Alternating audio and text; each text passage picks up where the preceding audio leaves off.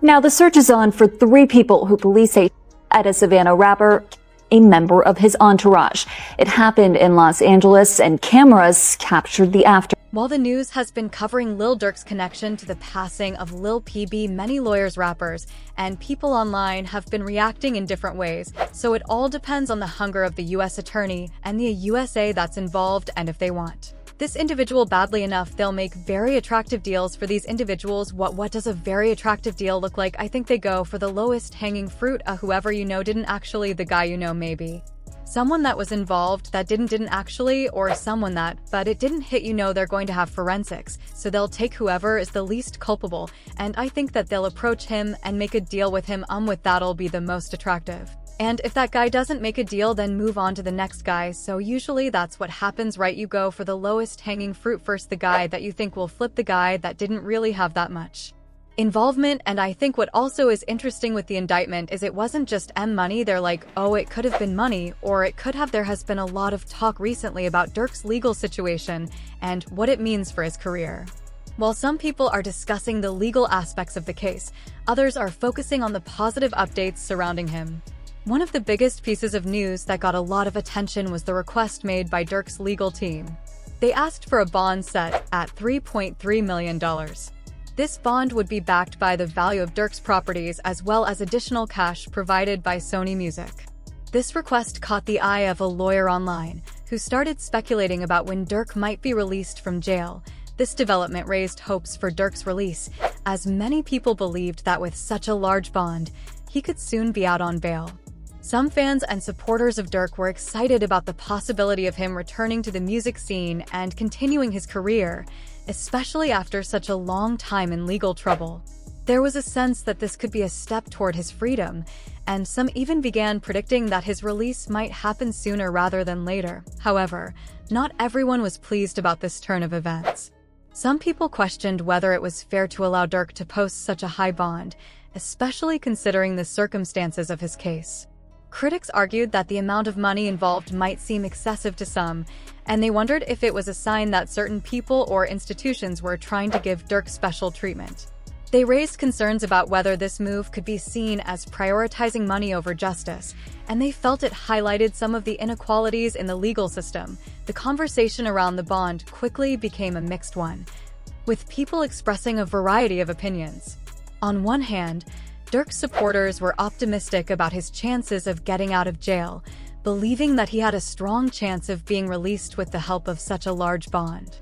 On the other hand, people who questioned the fairness of the request worried that it could be seen as a reflection of the wealth and influence that some individuals have in the legal system. They felt that people with money might be given more chances to get out of jail, while others without similar financial resources could remain behind bars for longer periods of time. The discussion also sparked larger debates about the way the legal system handles high-profile cases, especially for people who have the financial means to post large bonds. Some argued that the bond system itself might be flawed, giving people with wealth an unfair advantage when it comes to getting released from jail. They pointed out that some individuals who are not as financially well-off might struggle to afford even a fraction of the amount of money Durk's team was requesting. This made some people wonder whether the bond system was truly just or if it was more about who could afford to pay. While the debate about Durk's bond continued, the bigger question remained: when would he be released? No one could say for certain when that might happen, but the recent news had certainly sparked hope in some people, while raising doubts in others. As Durk's legal team continued to push for his release, all eyes were on the court system to see how they would respond. Would they grant him the bond, or would they decide to keep him behind bars a while longer? This uncertainty added to the tension and excitement around the situation. As the legal battle continues, many are wondering if Durk will be able to regain his freedom soon. Some people are hopeful that his career could take off again once he is released, while others are concerned about the implications of his bond request. The outcome of this case could have a lasting impact on how we think about money, fairness, and the legal system in high-profile cases. Only time will tell how this situation will unfold, but for now, people are paying close attention to what comes next. Real victory. Now that demonic force was a dark force. It was a dark energy. I think we now finally get to put that fire out. I don't think we'll hear Charleston White, a well-known internet personality, was furious about the possibility of Durk getting out. He reacted strongly, saying that Durk should remain behind bars and that his imprisonment would be a win for the community. His reaction sparked debates among fans and critics alike, with some agreeing with him while others defended Durk. Despite the backlash, Durk's legal team didn't back down. The very next day, his lawyers presented 3 key reasons to the judge, arguing that he should be released. Their first argument was that Durk had an alibi, contradicting the prosecution's claims that he had incriminated himself through his lyrics. The prosecutors had pointed to lyrics from one of Durk's songs, saying that he admitted involvement in the case. However, Durk's lawyer countered this by bringing in testimony from Durk's producer. In a legal declaration, the producer stated that the song in question, Wonderful Wayne and Jackie Boy, had actually been recorded 7 months before the incident too. Back this up, they presented court documents with an AD file proving that the original project was created and recorded long before the event. Prosecutors were referring to the specific lyrics. Prosecutors focused on included a line where Durk rapped, "Look on the news and see your son, you screaming." No, this was viewed as a reference to Quando Rondo, who was apparently at the site of the event and was heard shouting in distress. Prosecutors thought this was more than simply a coincidence, and that Durk was referring to actual life occurrences in his song. Another set of lyrics that raised suspicions was "Told me they got an Addy, they got the location, go." This line was taken seriously because around the same time Brick Baby made a statement saying that if Durk had asked, he would have shared Rondo's location. Even though Brick Baby later made it clear that he wouldn't testify against Durk, prosecutors still found the lyrics suspicious and included them in their argument. Prosecutors continued building their case by revealing the massive amount of evidence they had gathered against Durk. In court, they announced that they had over 230 gigabytes of video recordings along with more than 20,000 pages of reports. This information was still being processed for trial, but the sheer volume of it suggested they had been investigating Durk for a long time. At the same time, DJ Academics, a popular media personality, shared his thoughts on the case. He pointed out that a lot of Durk's legal trouble seemed to come from his own music. According to Academics, Durk had unknowingly built a case against himself by rapping about real-life situations and giving a detailed roadmap of events. This whole situation has sparked major conversations about the dangers of self-incrimination in rap music. Over the years, many rappers have been accused of using their songs to talk about real crimes, and prosecutors have used those lyrics against them in court. Some argue that lyrics should be seen as artistic expression, while others believe that if a rapper is describing real crimes, those words should be taken seriously. Durk's case is another example of this ongoing debate. His defense team claims that his songs are merely entertainment and should not be used as evidence against him. Nevertheless, the prosecution is saying that his words fit real-life events too closely for it to be just a coincidence. As the case proceeds, followers are anxiously waiting to watch how things unfold. Some believe Durk will be able to beat the charges, especially with the legal backing and financial resources he has. Others think that with the amount of evidence being gathered, he might be in serious trouble. For now, all eyes are on the court as Durk's legal team fights for his freedom. Whether he will be granted bail or have to remain in jail until trial remains to be seen. Regardless of the outcome, this case is a major moment in hip-hop history, raising questions about how much rap lyrics should be used in legal cases and how deep the connection between music and real-life events truly is. It seems like Lil Durk may have unknowingly laid out a plan through his music and actions, showing his path to revenge and eventual healing. However, his legal team was prepared for this, and they didn't hesitate to call out federal authorities for not ensuring his safety while he was in jail. His lawyers presented strong arguments too, the judge pushing for his release and highlighting concerns about his well-being behind bars. The second key argument for Durk's release focused on what was happening to him inside jail. Reports suggested that his sudden transfer to a different facility was due to serious problems within his cell block. Being a famous rapper made him a target, with other inmates pressuring him for commissary money and other resources. His defense team made sure the court recognized that Durk's life in jail was at peril. There were also rising suspicions that Quando Rondo would be attempting to revenge against Durk. This suspicion got greater when both Quando and Lil Tim conducted separate interviews, but both sent out the same message on the same day. Some considered this as simply a coincidence, while others claimed it was a purposeful effort by officials to avoid implicating them in any possible revenge plot. Lil Tim, the guy responsible for the sad occurrence involving King Vav, revealed in his interview That the entire scenario might have been averted, this statement added more tension to Durk's situation, making his time in jail even more difficult. Due to these risks, he was moved to another section of the facility, but the conditions there were reportedly very poor. Some even compared his new living situation to that of rapper YNW Melly, who has also faced harsh jail conditions. Charleston White, a controversial person who regularly gives his thoughts on rappers and crime, made it obvious that he thinks guys like Durk didn't deserve nice prison circumstances. His comments only added to the heated debate surrounding Durk's case. Meanwhile, the prosecution did not hold back when it came to presenting their evidence. They revealed that federal investigators suspected Durk of paying for 2 more people to be targeted. The first was Stefan Mack, who was allegedly involved in the death of Durk's brother. Dang. The second was the mother of OTF Jam's kid, who supposedly died away when Durk found out that Jam had been collaborating with police. Federal authorities suspected that Jam may be the critical witness required to connect Durk to all 3 crimes. What prompted even more suspicion was an Instagram live session when Durk spotted OTF Jam changing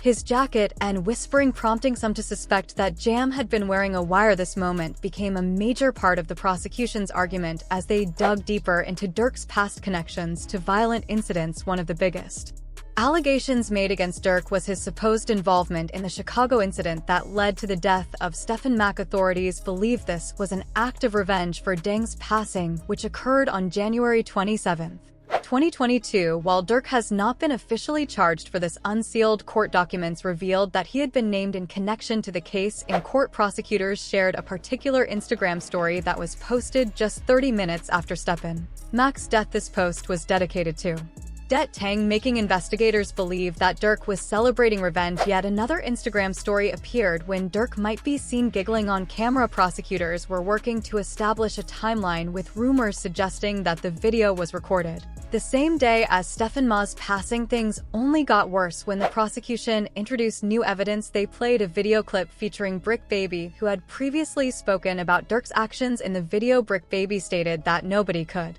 say Durk didn't get revenge for King Va because Lil Peep had been targeted after Durk was arrested. Brick Baby went on a live stream and reacted to his old interview, making it seem as if he had unintentionally drawn federal attention to Durk. Once authorities started looking into Durk, they quickly found more connections. One piece of evidence was an old video of King Va shopping with 2 of the suspects linked to the Lil Pop case. This connection between the suspect and OTF fueled speculation that Durk's group may have wanted revenge for Vaughn's death. These details surfaced. Rumors began spreading that OTF members might be cooperating with authorities and providing information against Durk. This led to a reaction from OTF Besso, who stepped in to calm the situation down. He informed everyone that they should not trust everything they heard, and that the loyalty inside OTF remains strong despite the severe charges and legal fights. Durk made it obvious that he was sticking steadfast. A recording of him speaking from jail was shared online, where he let everyone know that he was not seeking protective custody